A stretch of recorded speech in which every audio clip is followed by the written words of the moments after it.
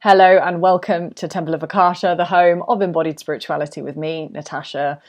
Guys, it's been wild. It's been wild. We are, just under a week into eclipse season, and it's been totally wild for me. I'd be really interested to hear how you're experiencing this particular portal. But I wanted to just bring through a little bit of information that I've been downloading with regards to the cosmic opportunities that we're being presented with during this eclipse portal, and really help frame this particular experience in the wider context of our soul's evolution and journey and our overall ascension process. Because eclipses, which are really kind of like shake up, transformative energies, they can feel brutal, they can feel wild, they're just the birthplace of the unexpected, and so when in the human experience, that can feel really, really destabilizing, that can feel really unsettling, disconcerting. And actually what we need to do is be able to zoom out a little bit and see how this is actually serving. It's serving soul embodiment, soul growth, soul expansion. It's serving our ascension process. So if we can kind of keep our eyes on the prize, then it means that we're not going to get so entrenched in victimhood, victim consciousness during these really, really crazy astrological events, and generally the intense energies of the ascension process. So I've made notes on what I've been channeling because there's so much that's been coming through at a personal level, but also what I'm feeling into collectively. And I wanted to try and distill it so it's as helpful for you as possible. I've also got some tips, things that I would be recommending for you for at least the next week until our next eclipse. So let's start there. We had our first eclipse on the 25th of October. And we've got the next one on the 8th of November. So as I film this, we're about halfway through this particular portal. And what I will say is that when I'm feeling into the kind of the tone, the texture, the quality of this particular eclipse portal, I keep hearing divine union, divine union, divine union. So I'm going to talk about that and why that's coming up, what that actually means for us at a personal and collective level. But I also want to just speak to the very transformative, wild, unexpected nature of eclipse portals. You know, they're kind of wild cards of the astrological calendar. You know, it's just like anything goes. Expect the unexpected. We're also in Scorpio season, so we've just got these added layers of death, rebirth, so much duality because we've got the North Node of Taurus and South Node of Scorpio in the kind of lunar cycle at the moment. So there's just so much going on, and it can feel like wild and crazy. And so I want to just frame this a little bit in the context of the ascension and how this is actually serving us, even if it feels a little bit tough, brutal, crazy, destabilizing while we're in it. So let's talk a little bit about the ascension process first of all. What's actually the point of the ascension process? Let's kind of remind ourselves why we as a humanity and why Gaia is going through this process. So you could think of ascension like a spiral. And with each revolution of the spiral, with each turn, we are having our consciousness refined. So you could think of the bottom of the spiral, the bottom of the ascension spiral being very dense. It could be the 3D, right? And we are slowly evolving as a species, as beings coexisting with this organic, alive, dynamic being and spirit and planet that is Earth. We are all moving through an evolutionary process.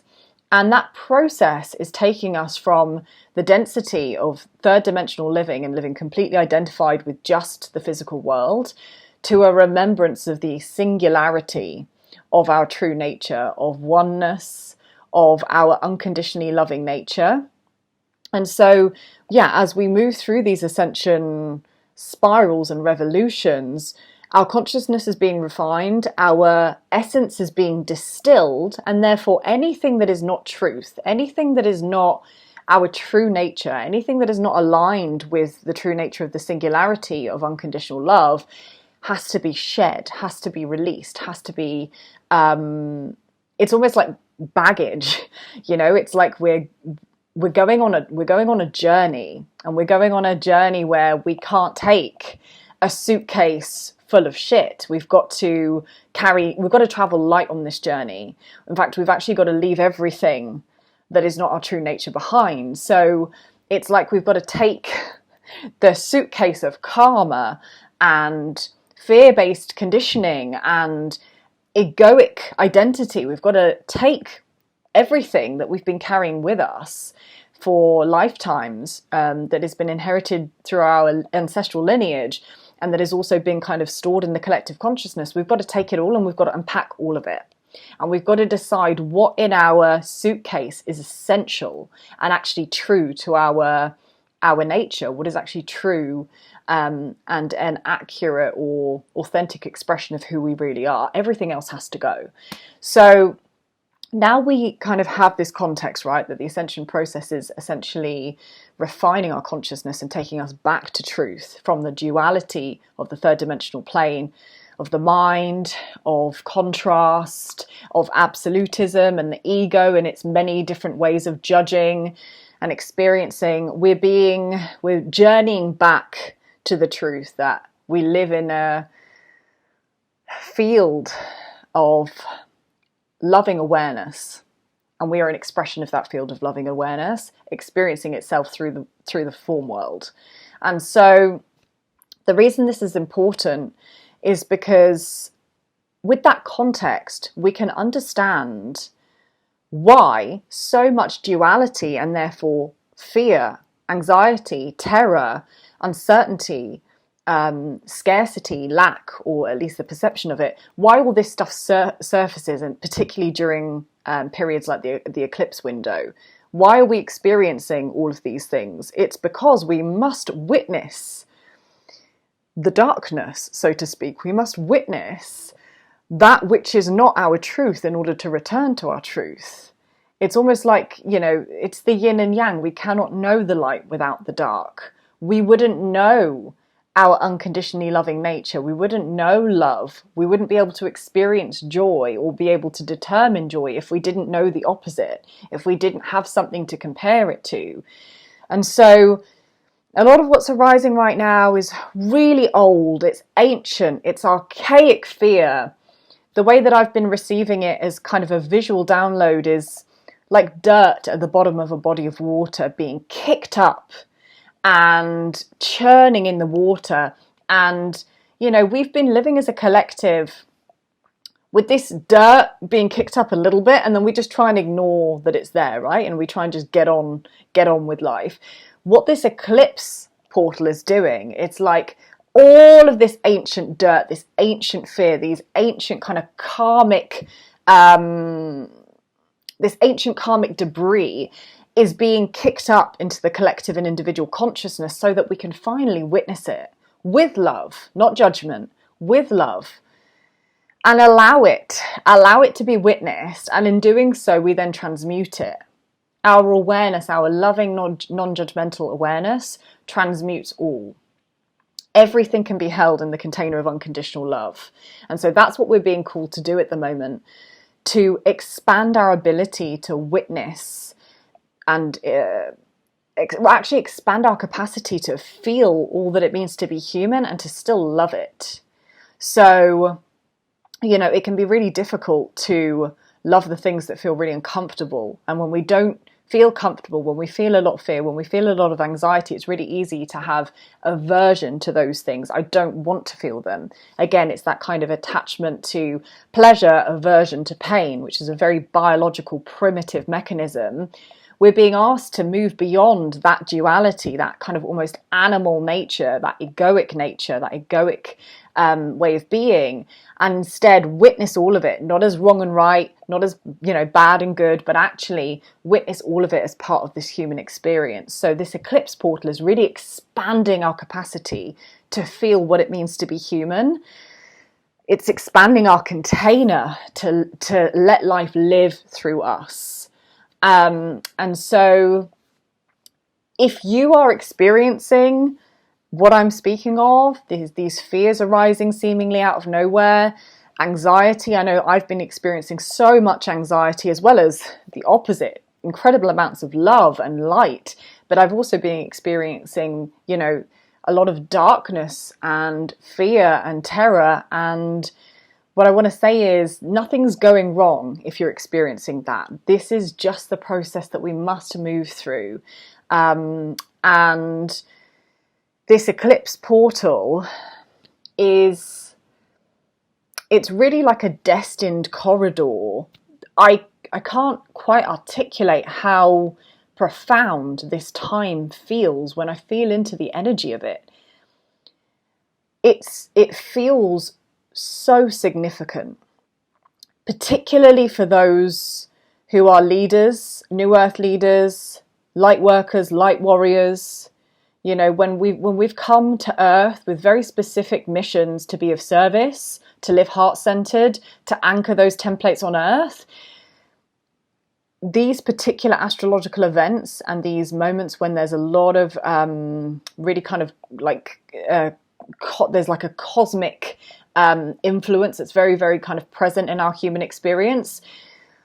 These are the times that are particularly activating for the light worker, New Earth leader communities, right? Because we are ultimately being asked to continue to shed egoic layers so that we can embody our truth and therefore step into mission more fully. So that's coming through really strongly at the moment. This is a very mission orientated window, which makes a lot of sense because we have the full moon in Taurus coming up on the 8th of November, the collective North Node, which is the destined path that we're here to take, is in Taurus at the moment. So this full moon that's coming up is going to be activating North Node energy. It's going to be activating our destined path energy. And then we had the South Node in Scorpio, which was predominant for the new moon on the 25th of October. And that's what kind of kick-started this cycle of kicking up all the dirt, all the karma, all the stuff from the past. South Node is where we've been, karma, stuff that we've brought with us that we may need to release. It's also stuff that can be helpful and, gifts, wisdom, accumulated skills and talents. But a lot of what we're dealing with when we're dealing with North Node, South Node is karma, things that need to be released, and dharma, things that we're here to step into or move towards. So the reason that this feels so destined at the moment is because we're working with these kind of destined energies. We're on this path, this kind of accelerated path during the eclipse window of walking towards our destiny. And so that leads me nicely, I think, into the kind of the duality then that might be playing out as a result of that. Because if you are living in soul alignment and you have really been living in deep states of surrender, trust, and you've been really devoting yourself to disentangling yourself from egoic constructs, then you probably won't necessarily be having as hard a time during this eclipse portal. But the eclipse portal is here to kind of shake everything up, everything that's residing at the bottom of our being, the basement, the stuff that, maybe we wouldn't have been able to see during other experiences. It shakes it all up so that anything that's not truth, anything that's not light, anything that's not our true nature can be seen and released, so we can be refined, so that our pure essence can be distilled and then expressed in the world. So I feel as though what this is going to look like for many people is kind of unexpected detours, unexpected paths opening up, unexpected meetings and encounters. This could look like a lot of tower moments for people. So the disillusion of relationships, jobs, ideas, things that we thought were so certain or maybe the ego thought was so certain, if it's not serving destiny, if it's not serving mission, if it's not in alignment with the ascension, we're going to feel it during this eclipse window. We're going to probably see it during this eclipse window. And to the ego, that's going to feel like death. Scorpio season 2, right? It's going to feel like death and disillusion. But actually the divine opportunity in that is that we are being redirected onto sacred path and mission. So we're going to be meeting more people that are actually in alignment with where our soul is leading us to go. We're going to be guided maybe to make changes that may not be comfortable, right? These changes may require us to move beyond paradigms that we've been living with and in accordance with for a long, long time. And this eclipse window may finally be the point where we say, this truth that I'm being asked to embody or live is so uncomfortable, and yet I can't deny it anymore. That's the kind of energy coming through. It's like divine truth just feels so present right now. It's like kind of unapologetic. It's like, you know, this ascension is accelerating so quickly now. We're moving through and transmuting so much density at such a rate now that it's like, if it ain't divine truth, it's gonna be witnessed, it's gonna come up, and we have to do our very best to hold all that arises with love, and continue to focus on kind of our truth and true north, and where we deeply and honestly want to go with our lives and individual missions, and then also the collective mission as well, and what we want to move towards as a society, as a global society, as a humanity, and in connection with Gaia too. So the last thing I want to just touch on before I give a few practices or tips on how to just work with this energy is that the download I got this morning was that this eclipse portal is a bridge, or it's helping to form a more coherent bridge from the 3D, the human, the dense, to the 5D and above of the, you know, the planes of unconditional love, the planes of the non-physical, the soul realm. Okay, so there is a more coherent bridge being formed, which is going to support union. And this is where the divine union downloads have really been coming in very strong for me. When we think about divine union, we might think purely about relational union, specifically romantic union. You know, probably thinking about twin flames or soulmate love. But actually, when I'm talking about divine union, I'm talking about union of all things. The earth beginning to unite with cosmic consciousness, matter and energy, the masculine and the feminine, you know, the human and the ego and the soul. Okay, it's like the depths and the heights are beginning to unite so that we can return from the duality to the singularity of our truth. I know this is deep, and I know that this is a lot, so I hope it makes sense. It felt really important for me to share, and I'm sure those that need to hear it will hear it and understand it, hopefully. But what I kept hearing this morning was this portal, this destined kind of accelerated path that we're on right now during the eclipse portal. It's building a bridge, a more cohesive bridge, so that we can more smoothly walk this path back to our truth, so that we can more smoothly walk towards, you know, soul-led living, so we can more smoothly anchor the new earth frequencies here on earth.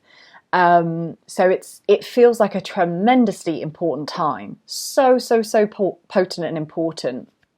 And that leads me on to the tips that I'd like to share to help you better navigate this time, because it is intense. You may find your energy fluctuating. One day you might have lots of energy, the next day you might feel absolutely exhausted.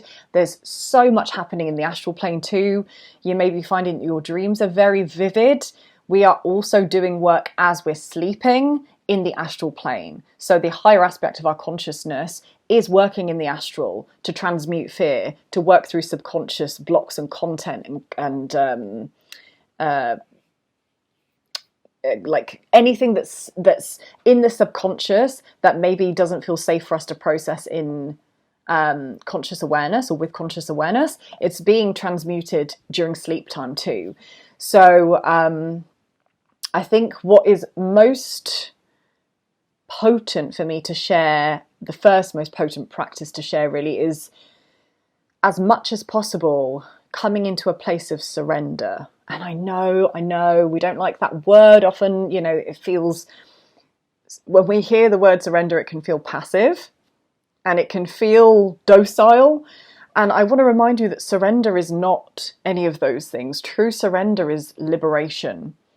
It's liberation from the need to control and actually to have to bear the weight of this human experience alone. You don't have to do it alone. You're not alone. You have the divine supporting you always. And that was a message that came through actually today when I was out on my walk. You are supported to do what you came here to do, and you always have been. And all that's really required of us is to surrender from mind intelligence and drop into heart intelligence, to surrender, you know, these fixed ideas, the ways that we grab on to people, places, experiences, things, to surrender that grip, to let go, because it takes a tremendous amount of energy to grip and to hold on to things that probably at a deep level we know don't serve us. It takes an awful lot of energy to actually continue to hold on and to resist the surrendering process. It's partly why we get so exhausted when we're in resistance. So actually just allowing yourself to surrender, just to be in presence, and just to notice within your being, where are you gripping? Who are you gripping onto? What are you gripping onto? What ideas, beliefs are you holding a firm attachment to? And can you just, even for a moment, allow yourself to come into a space of spaciousness where you just surrender all of that, realizing that none of it is true and none of it is yours. You don't have to carry it with you. You can just be. And from that spaciousness of being, truth will emerge. The truth of maybe what you need to be doing moving forwards, divinely inspired action you can take.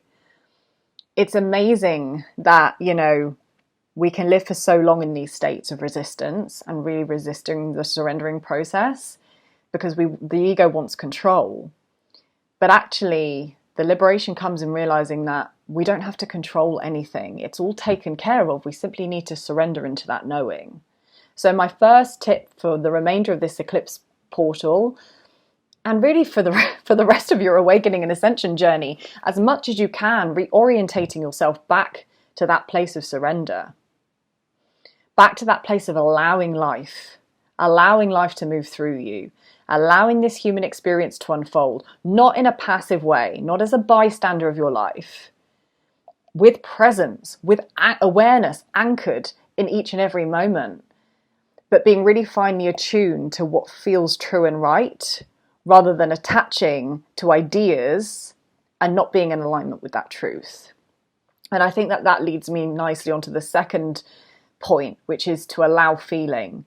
So we've got allowing and surrendering in general, but then that kind of plays into feeling your feelings, because during this eclipse portal, and again, as the ascension process continues to unfold, we're going to be experiencing the vast array of unfelt things in our system and within the collective.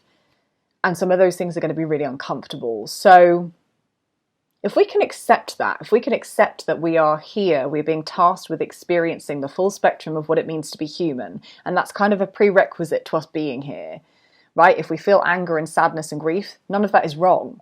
They're just experiences. So if we can kind of approach our emotional landscape with that knowing, can we then start to create spaces for us to feel with compassion and non-judgment? Can we move into spaces where you say, you know what, I'm feeling so much anger and rage, and I'm not going to shame that. I'm not going to make that wrong. I'm not going to deny it. I'm going to create space for it to be there. Even if I don't understand why it's there, it may not be yours. I know I'm certainly processing a tremendous amount of ancestral karma right now. So it's less about attaching to a story to those emotional experiences and just recognizing, okay, there's feeling arising here, there's an emotion arising here that probably wants to be felt and witnessed. What does it need from me in order to move? Because this is anything that's within our system that's been stuck, right? Any of this kind of ancient debris that's being kicked up, it's been stuck stagnant for so long, and energy is designed to move. So what can you do to move those energies through your system? How can you support your emotional body to feel what needs to be felt? So that, maybe like going out into nature and doing a rage ritual. That's one of my favorite things to do. Just finding a woods, getting a branch and just like going apeshit. If you can find people to do it with, even better. It could be screaming into a pillow, punching a pillow, going to the gym, like punching something, like running, finding outlets for this energy, right? And allowing it to move through your system. And that leads me nicely onto the third point, which is movement.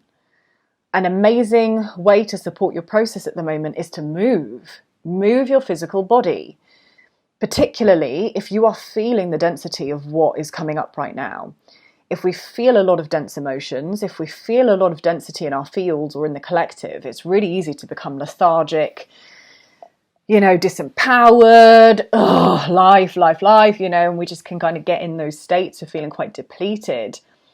The way in which you can help temper that, if it feels right. Sometimes, as a lady, I go through experiences and monthly cycles where sometimes lots of hard movement and being really active in my body doesn't feel right. So it does take a degree of discernment to know whether or not movement is right for you.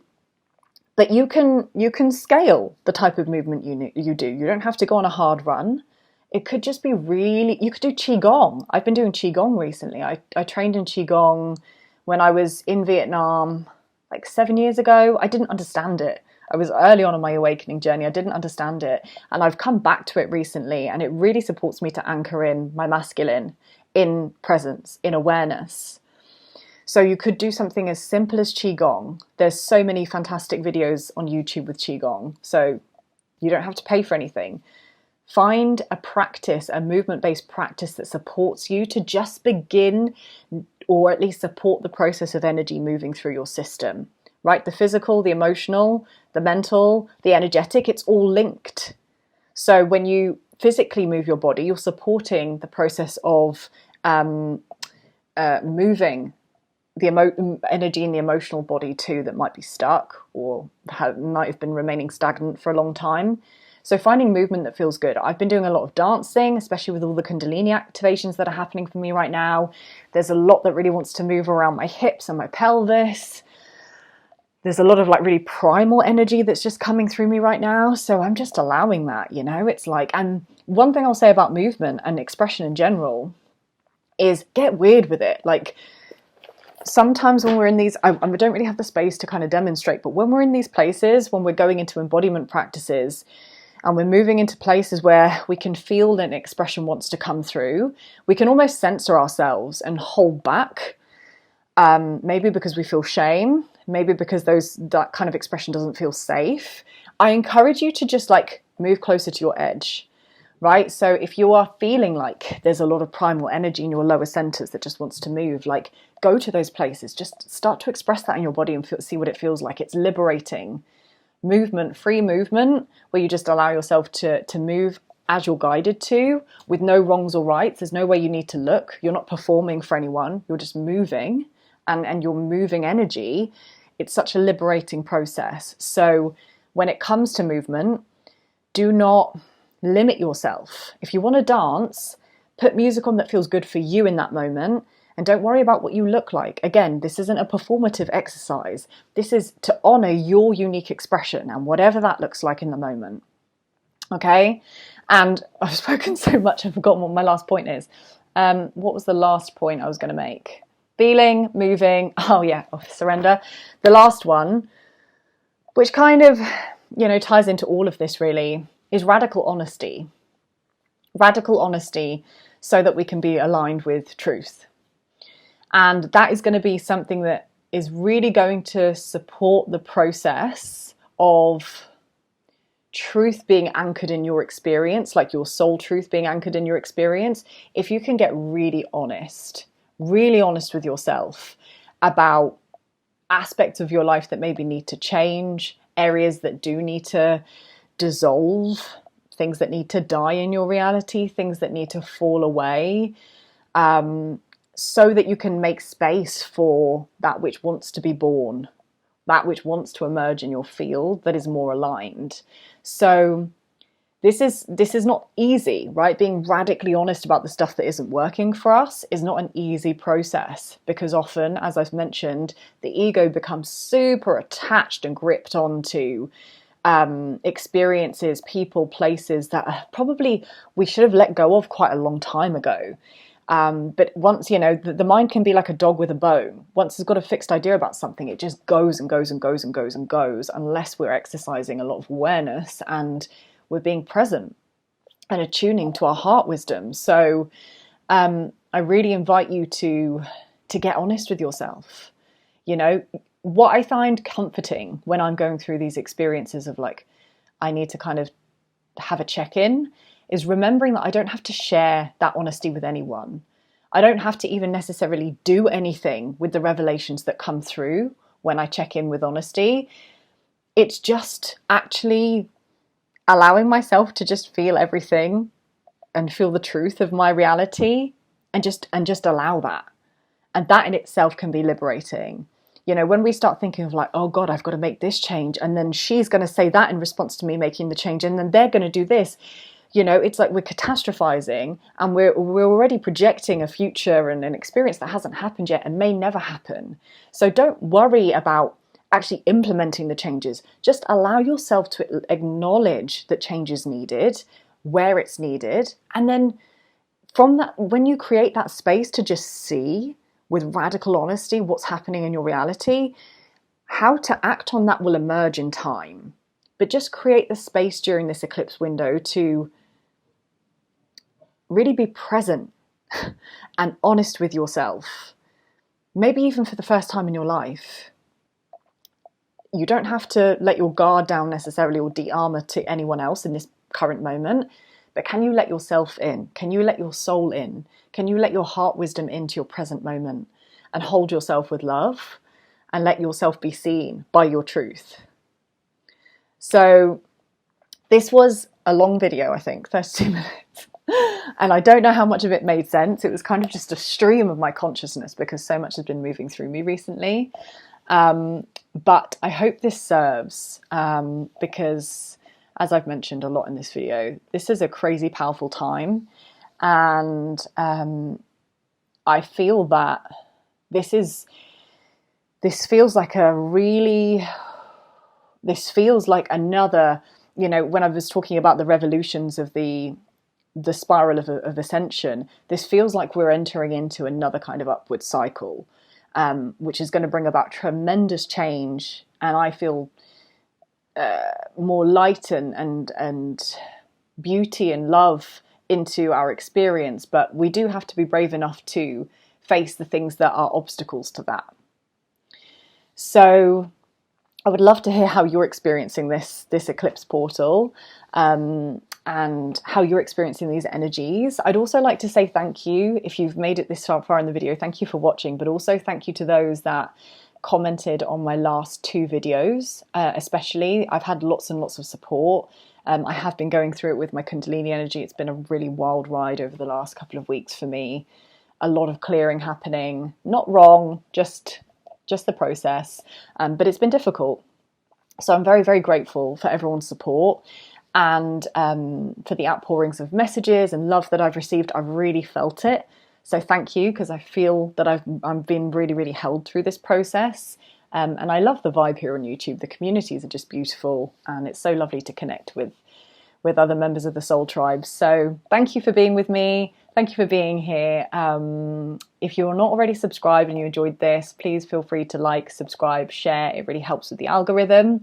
Come and find me on Instagram, Temple of Akasha. I'll leave my details in the description box.